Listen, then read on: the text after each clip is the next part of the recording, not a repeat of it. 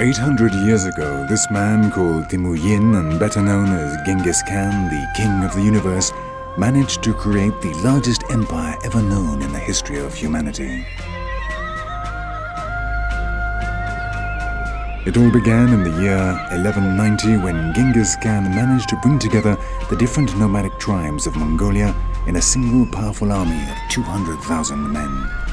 This and his undoubted military genius enabled him to conquer vast territories stretching from the Pacific to the heart of Europe and from northern Siberia to India, Iran and Turkey. His armies, relatively small, highly disciplined, extremely well coordinated and with innovative military skill and great mobility, were organized into toumans, a basic formation of 10,000 warriors on horseback. The Mongol hordes lived out in the field, and their battle tactics consisted of surprise attacks, charging at the enemy flanks and rearguard before launching heavy cavalry assaults. With the end of the Khan dynasty, a series of civil wars threw the country into confusion until in 1578 Buddhism was established as the form of government, under the leadership of Altan Khan. 2 centuries later, Mongolia came under Chinese control until 1924, when, with the creation of the Soviet bloc, the country converted to communism and became a satellite of the USSR. With the arrival of the Russians, Mongolia underwent rapid changes, modernizing and industrializing. Buildings, bridges, roads, railway lines, factories and schools were constructed. And the nomads looked on in astonishment as virtually overnight, their country was transformed from a primitive feudal society to the progress of the 20th century.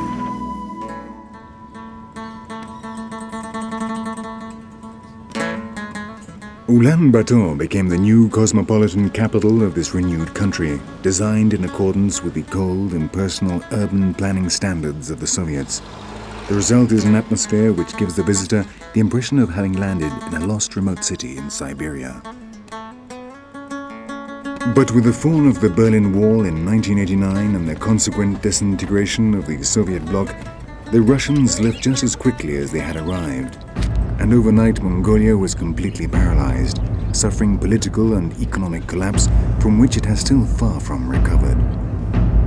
Since then, the city has rapidly deteriorated and its inhabitants struggle to survive as best they can. The situation in rural areas is also dramatic, and every day hundreds of families arrive in the city fleeing from poverty and hunger. The new settlements which have been established in recent years have doubled the surface area of Ulaanbaatar, and it's calculated that around 40% of the city's inhabitants still live in HEIRS, the houses of the nomads.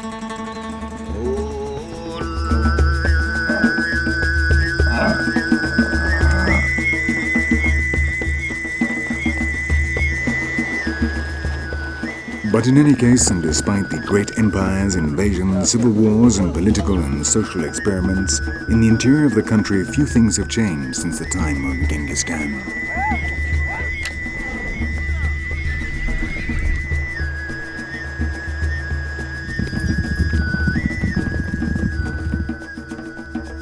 On the vast Siberian steppes, where winter lasts for 10 months, the life of these nomads is virtually the same as that of their ancestors.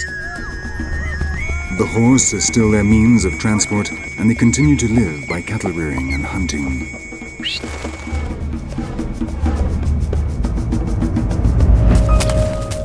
This is the story of 3 ethnic groups which, though they inhabit the same territory, have different cultures and traditions. But with one common denominator, they are all heirs of Genghis Khan.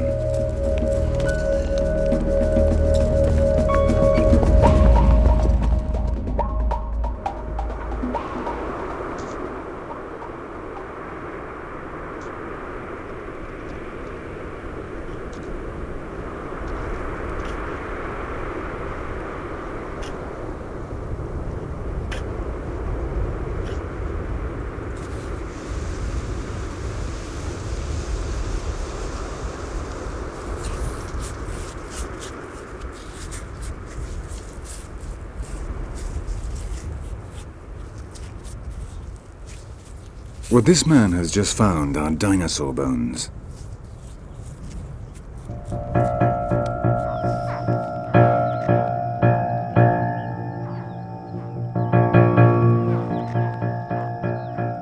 Since Roy Chapman Andrews, whose life inspired the character of Indiana Jones, discovered the first dinosaur eggs in the Gobi in 1921, this desert has become a magnificent laboratory for scientists and paleontologists. With their excavations, they have been able to find answers to many questions, establishing, for example, that the dinosaurs disappeared from the Gobi as a result of avalanches and sandstorms at least 16 million years ago.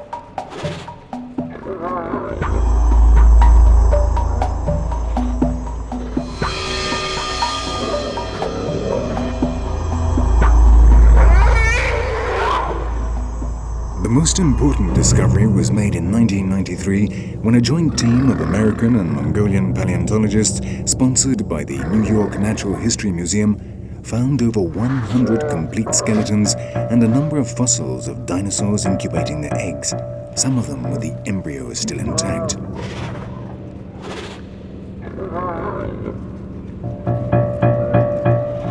And though the majority of these finds are now on display in the major museums of the West, the Ulaanbaatar Natural History Museum is a magnificent place to find out more about these animals that lived on Earth 250 million years ago.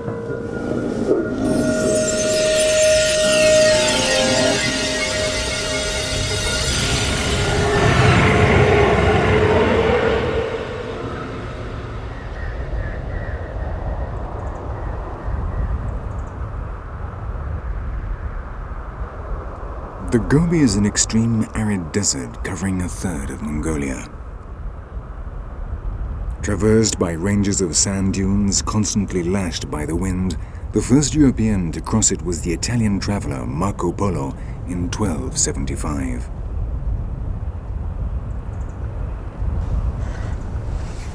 With temperatures of up to 50 degrees centigrade in summer, which generally fall to 40 degrees below zero in winter, life in the Gobi is harsh and difficult. With the arrival of summer, the nomads of the desert card the wool to make felt canvases which will protect the gur during the long, cold winter months.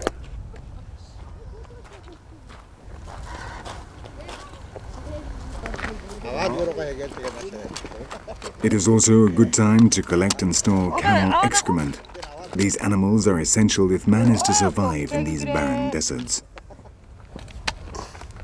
In a landscape where there is not even a single tree, this is the only possible source of energy for heating and cooking. Without it, life here would be impossible.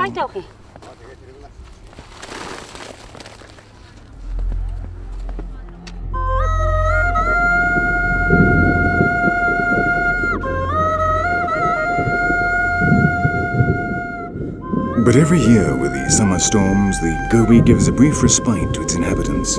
And for a few weeks, the miracle of nature returns to the desert, covering everything with a fresh green blanket of grass.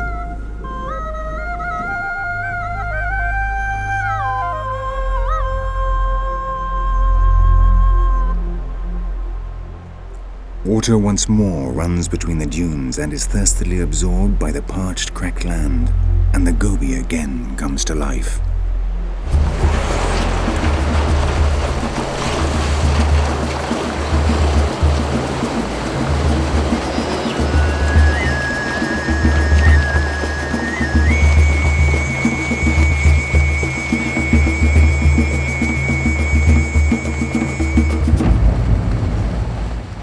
What, until just a few days ago, was simply stone and dust, now takes on the appearance of a lush garden, with all the variety of greens you could possibly imagine.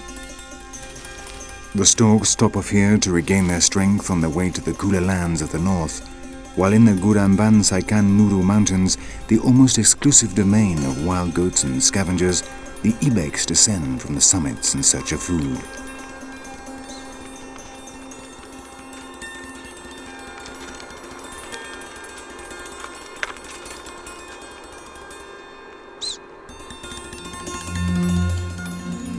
Wherever it is possible, grass grows and the Gobi is transformed from an extreme arid desert into an incredible, almost surrealist landscape.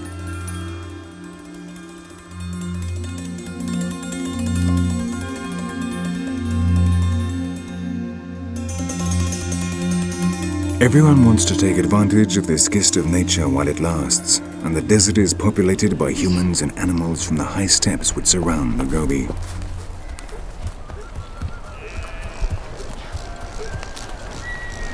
In a country where 60% of the population are nomadic cattle breeders, with over 35 million head of cattle, fresh pasture is the most precious commodity of all, and each family will try to lead its herds to the best places.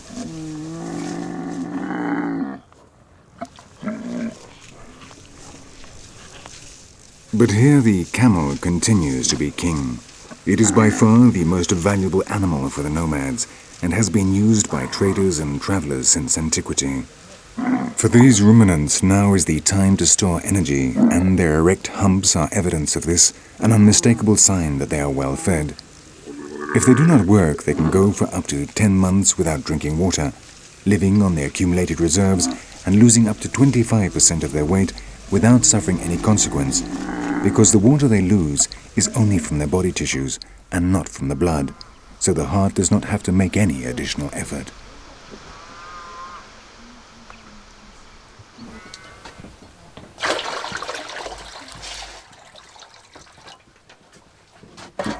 For over 80 years, the Denson family has moved to this region every summer with their 200 horses, 800 sheep and goats, and 200 cows. They continue to be prosperous cattle breeders despite the fact that 2 years ago a particularly harsh winter killed over half of their cattle.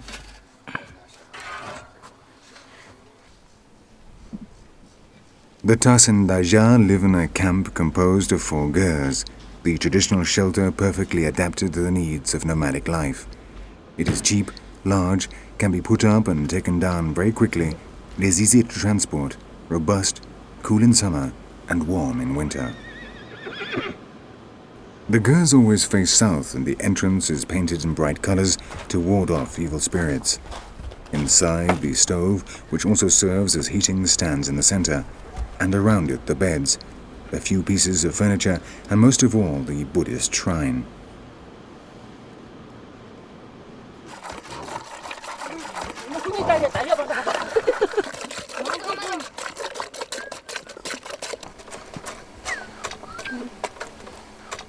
Obviously, the base of their diet is meat, especially lamb.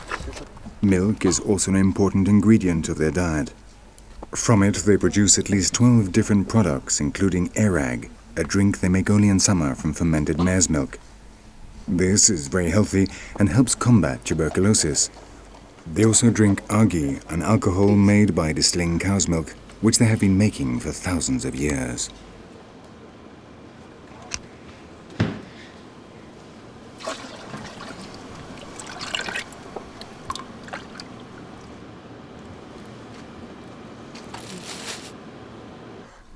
While the women remain inside the gers taking care of the home, the men get ready for one of the favorite activities of these nomadic herdsmen, breaking in the colts born the previous spring.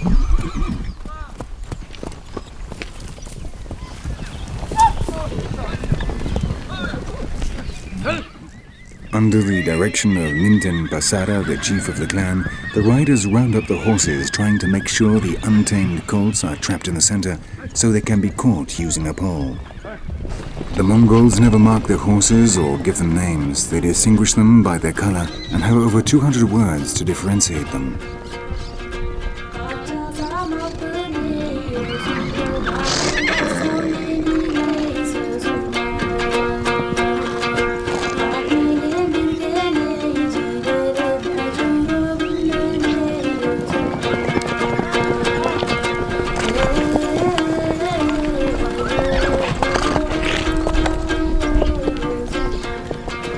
For them, the horse represents much more than simply an animal used for transport and carrying goods, which they began to tame 4,000 years before Christ.